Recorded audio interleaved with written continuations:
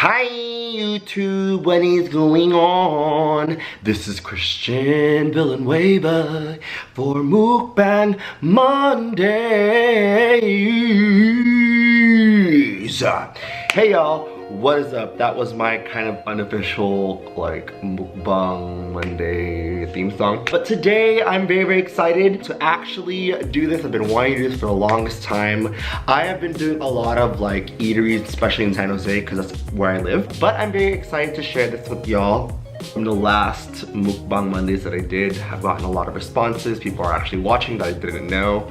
People are messaging me and I'm like, I don't know who you are, but thank you! It really means a lot that people are actually watching this. It's kind of weird seeing people eat, but you know what I mean? If it floats your boat, I'm not judging, you know? But before we got started, make sure to give this a thumbs up right now. Sign into your YouTube account, subscribe to my channel, like it, comment, do everything that you can so we can actually get this thing started. It really means a lot to me. So today what I'll be eating with y'all is, again, a restaurant that I hold close to my heart, Konjoe Burger Bar. So I can talk about Konjoe Burger for as long as I can, only because of the fact that I've worked there in the past and I have loved every single second of it. So what I've gotten today is actually the Konjoe Burger. It comes with a fried egg, grilled onions, jack cheese, Hawaiian, it's a Hawaiian bun roll for burgers, which is awesome. And also grilled onions, lettuce, and our Konjoe sauce. So the Konjoe sauce is pretty much like a Thousand Island version of the restaurants. You know how In-N-Out must have like their In-N-Out spread. This is kind of like their sauce that they have. And last but not least, these amazing potatoes, and they have like this special like seasoning with it. I don't know what's inside, it's a secret, but it's literally just like a version of Cajun, if not better.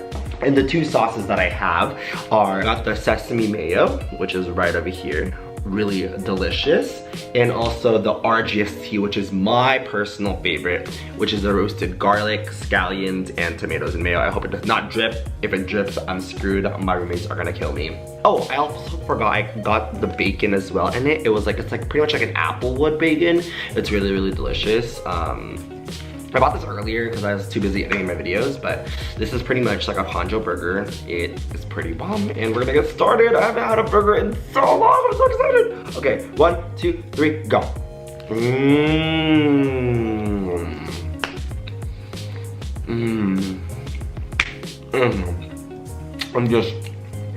I'm sorry, I'm making like these unnecessary noises, but I haven't had a burger in so long.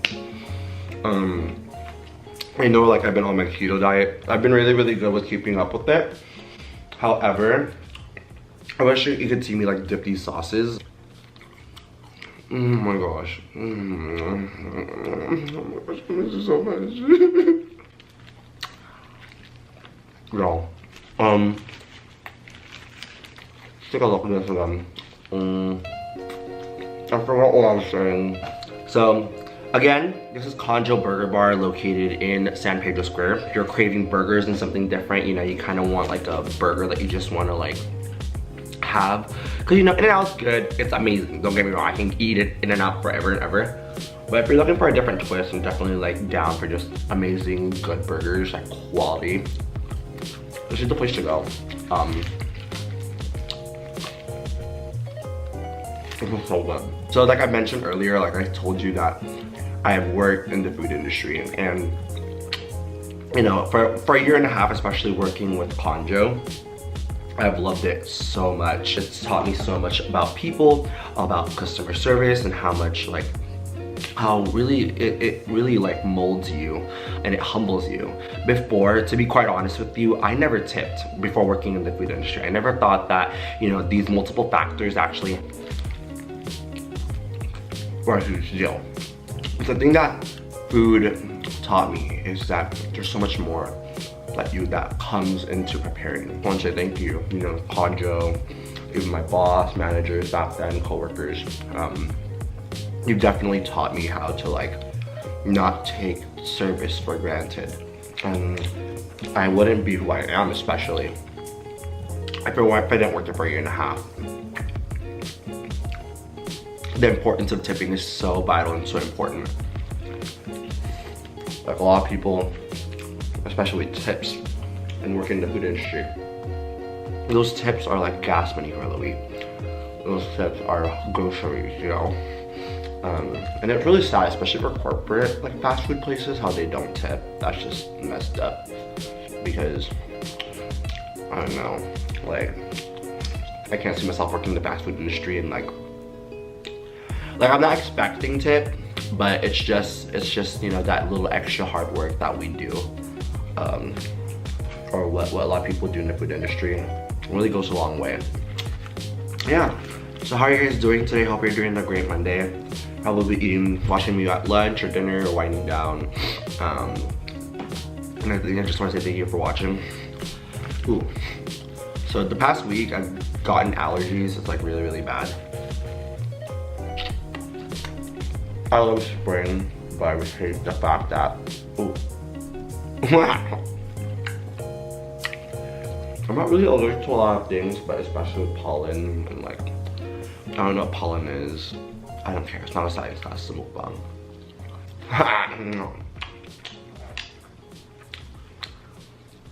Man, it's just, I'm just daydreaming about, I used to like eat a lot of these before. But I really miss it, I really miss, okay. So, I really miss just like being able to eat the Hawaiian roll.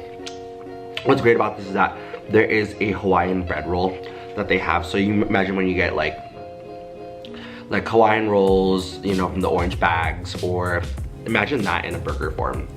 Like people usually get sesame bun, woohoo, but like there's something different about the sweetness of the Hawaiian roll. Making it into a brunch burger with an egg, you know, a burger patty and pickled jalapenos and grilled onions and jack cheese. I get so passionate. I forgot what I was talking about. I still have this. And sub the fries. I don't know about y'all, but do you guys have like a certain ratio whenever you do like food? Like when you have like ulam, which is like a meal, or like, I don't know how to explain it. Ulam in Tagalog is like a meal, and then rice. Like not that balanced. But for some reason for me, I like to finish the burger first and then eat my fries last. But like I mentioned, working in the food industry has definitely taught me a lot when it comes to just being creative, because like when I was a little kid, I would literally just watch my grandma cook. Like there were times I wish I could help her, and there were times, especially in like elementary school, where we had like lunch helpers. Now I'm thinking about it, like elementary school, you know how we had to volunteer and we wanted to volunteer to help with food? Oh my gosh, I just realized we didn't get paid for that in 2003, and then like we spent our lunch. Okay, I'm just gonna say we're volunteering. It's fine. But ever since I was a little kid, my grandmother has definitely been the bridge of like cooking and, you know, making amazing food. There are times where like I really miss her cooking. Like my brother and I would get in like fights like every day, because like I personally didn't like, you know, meat as a kid. I don't know why I never liked meat as a kid, but like when my brother had like an extra, you know, steak, or when I had an extra steak, or I had extra hot dogs. I was really skinny as a kid. Young fat. But there were times when my grandma would be off the kitchen or no one would be watching. And I vividly remember when it's the kitchen and then we're at the dining table, my brother would like literally make me because I would eat like we would trade bones, because I don't know. my brother, who ever watching this, I'm so sorry, I'm like putting you on the spot, but there were times when my brother would actually like take my food, and I didn't mind it at all.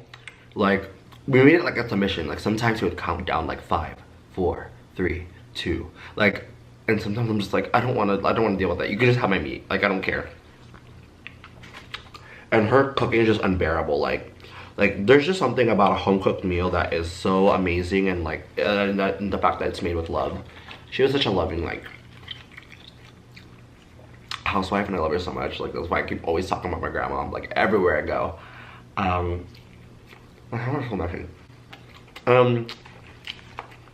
And the reason why I'm saying this is like the way that she's impacted my life is because I personally feel like cooking and, you know, making Filipino food is kind of like my way of like bonding with her, like symbolically, metaphorically, yeah, something like that.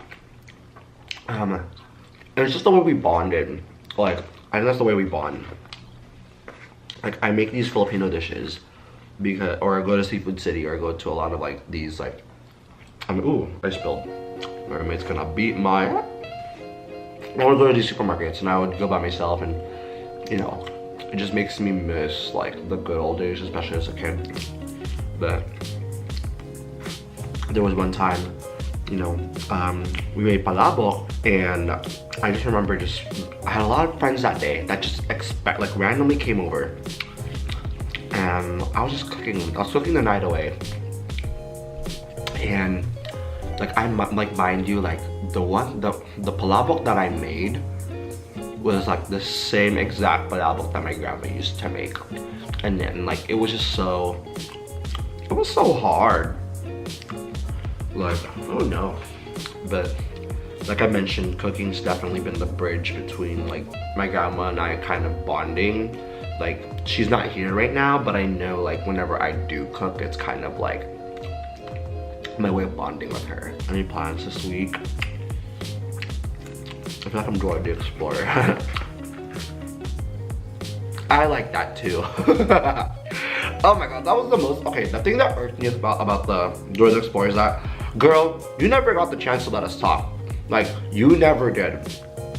Like, are you a good listener, or do you just want to say that just because you want to say that every day? Like, as a kid, I got so pissed because there were times where she's like, what was your favorite part of this trip? And I was like, well, I like going under the bridge with you because it was so much fun. And I also like the time when we actually crossed the trolls. Like, she never got to let me finish. It was like, oh, well, I really liked it when I crossed the bridge, and blah, blah, blah. And then she says, I like that too. Miss Dora, this is why I stopped watching you. It's because you never got the chance to let me listen. That alone, like, I don't think I've told anyone this, like, that I'm like still close to. But I had to stay an extra year, just watching American television, just watching TV, because I was born in the Philippines and I did not know how to speak English. The first day of school, like, I remember this, and I was with my mom, and this would have been probably the hardest day of my life. Imagine, you know, being a little scrawny Filipino kid and just like speaking Tagalog. Like, I didn't know how to speak English. And mind you not, like, the people that I grew up with, or like the people that I went to school with, like back then, like some of them were Filipino, but they didn't know how to speak Tagalog. So I think it was also a challenge on my like kindergarten teacher too, because I didn't know how to speak. But I remember having to like take a lot of like ESL tests, getting pulled aside to like get caught up on my English. It's like a lot of respect, especially for people who don't necessarily know how to speak English right off the bat. But it is kind of like, you know, it was a curse in the beginning, but it's definitely a blessing now that I'm still able to like learn how to speak Tagalog. That pretty much concludes my video. Give it a thumbs up. And I literally finished everything. Yeah. But this is Christian Jared Villanueva for your Mukbang Mondays. Thank you again so much for watching.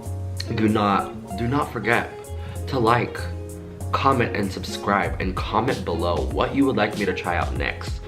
See you next Monday, and also upcoming videos too later this week. Catch y'all soon. Bye.